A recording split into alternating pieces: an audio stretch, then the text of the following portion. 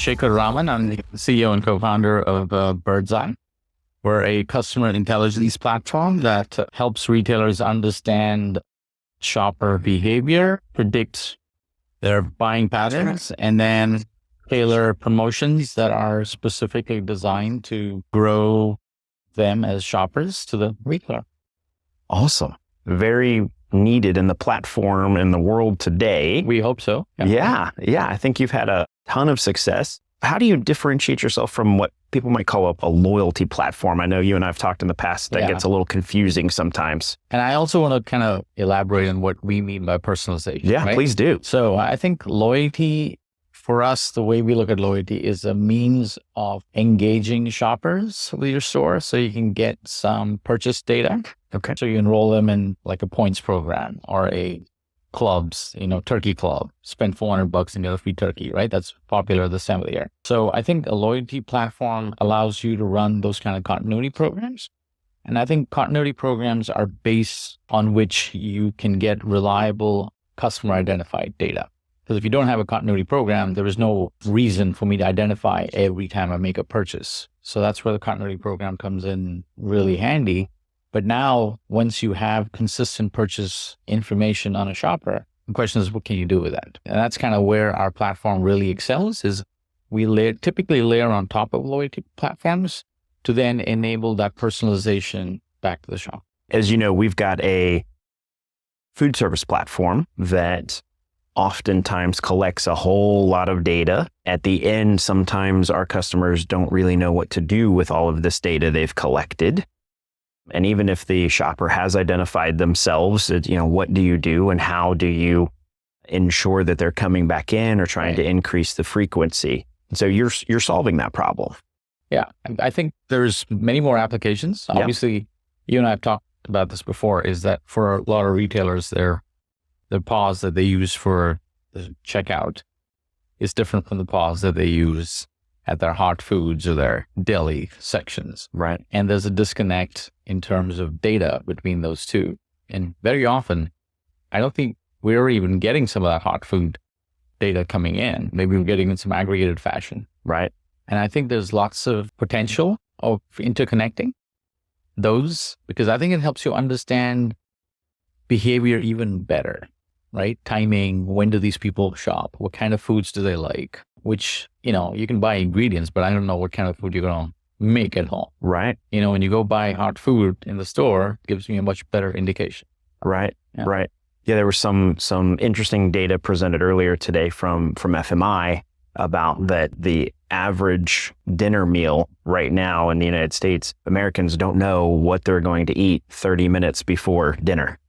And so as grocers, continue to push into the hot foods, prepared food segment, continue to claw dollar spend from restaurants, I would think that knowing exactly what's going on, what the modifiers were, Completely.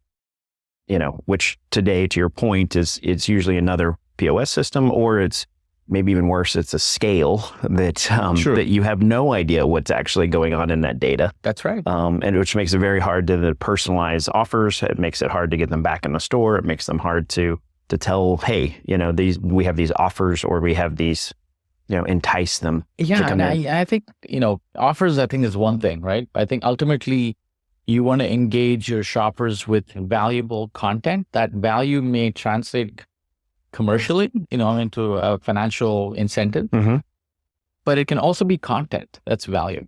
Well, that's interesting. Could you give an example of that? So, maybe you see shoppers who are buying certain ingredients or spices. You let them know, hey, today we have what might be your favorite meal being served up as hot food in our store. Come in and get it, right? So I think there is a lot of, for somebody who's busy, that's like, oh, wow, this is terrific to get this kind of notification. So I think it's not about always giving an offer, it's not always giving a discount. I think the question is, how do you engage with shoppers, which delivers value that you can't really price? Right.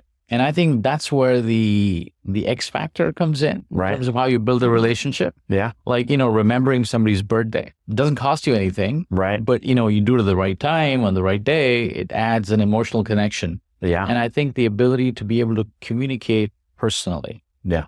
is really what we're aiming at. It's interesting you say that. Dr.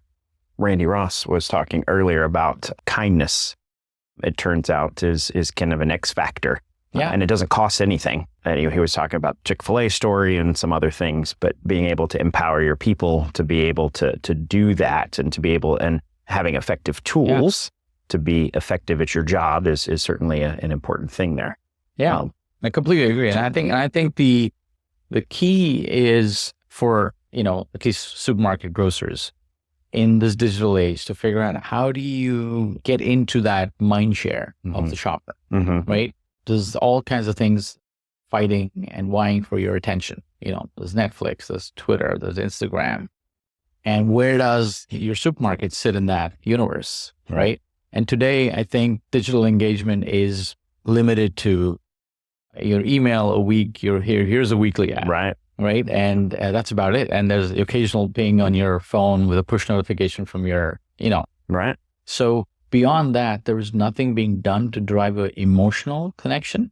Right. And I think there's a huge opportunity. Yeah. The supermarkets start thinking of themselves, placing themselves more in the center of somebody's life. Hey, maybe I can suggest healthier diets for you, suggest healthier meals. I know what you bought last 30 days. So here's a few things that you can make with it. Right. And so I think there's just lots of opportunity there. Yeah. Well, you work with grocers of varying sizes. I'm curious, is there anything super innovative that you've seen going on that you might want to highlight from any customers? I'm just saying as tactical takeaway. So I think what we've seen in the last 2 years is a openness to do more data-driven campaigns, as opposed to this is what we did last year, let's do it again. I think we're definitely seeing more openness to, hey, does this actually work? Let's measure it.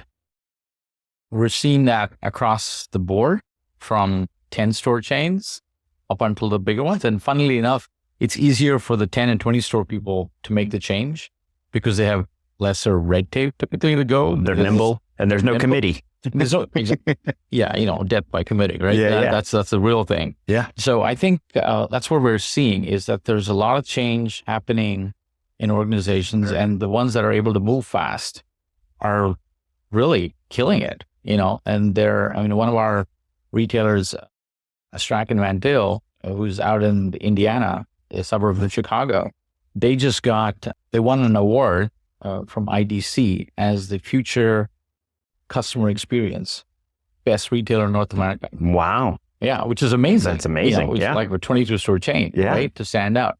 And they've done it primarily because they have really been progressive about communicating with their customers. So we launched a campaign with them called Whisper Live, where every week they're sending out personalized offers to shoppers, just like you'd have your weekly ad. Okay. Every shopper gets, hey, here's 6 deals for you this week that are tailored exclusively for you. Oh, wow. Okay. Right? And it's, I don't think any retailer of that size has ever done that. Wow. Yeah. And they're investing themselves in it. So they're putting their own marketing dollars. They're not waiting for the CPGs to fund these offers. And we've seen just a dramatic shift in retention in number of departments and categories that are shopped by these shoppers. So I'd say that's about the most innovative thing that we've seen, where retailers, I think, are taking the bold step of saying, I don't necessarily need CPG dollars to grow sales. I think there's ways I can do it with data. Yeah, that's amazing. I've been in the industry a long time, and there's often I did it this way, the last 10 years, and it just is what it is. Yeah. And then you've got to find the folks who are willing to be a little bit innovative. So we've seen on the food service side if we're going to compete with restaurants, that we need to think new ways. And so I'm glad to hear that you're seeing the same thing on the data side. Yeah. And see, I think obviously what you're doing is fantastic, because I think the hot foods, I think it's the whole goal to make supermarket shopping experiential. And I think having hot foods is a key part of it, because if you got some tables, you get more people to spend more time. Right. And so you're on a 1 hour long shopping trip. I might as well just grab some food, sit down, finish up, and go. And we're seeing that increasingly with more and more supermarkets, that they do have a separate section where you can go buy hot food, like a mini restaurant, right? kind of set up. Yeah. And I think those chains are doing really, really well. Yep. Yeah. Yep. So certainly it increases their margin, but it also increases their labor cost, right? So yeah, and I think you go back feeling that it's, food is, I mean, there's a connection, right? The best way to get somebody's heart is through their stomach. For sure. Right? Yeah. So for sure. I've asked everybody this question, so I'll ask it to you. Is there's somebody who's just thinking about your kind of a program? Is there something tactically that they could start with before they go implement the whole thing? What's the first thing they should do before they go, okay, I'm all in? I think the first thing you got to do is open your eyes, and as in look at your data. Okay. So I think, because your data will talk to you, right? It'll tell you what you need to do before you have to do it. And I think going through that exercise also helps you understand what data you have, what state it's in, because you really can't apply any of these techniques until you have good data. That would be the first place to start. And it doesn't have to be like a massive, I need an entire data warehouse, get this all started. Let's start with some basic stuff. Let's take a look at your historical data, run through some, simple platforms. Let's look at some trends. Let's understand, how are you acquiring, retaining, growing shoppers, compare store over store sales, and segment your shoppers to understand, am I doing a good job of migrating shoppers who started shopping this year? How many of them are still shopping with me? Their spending go up month over month. So I think you start looking there, then you start understanding, okay, what do I need to do in my business to move the needle?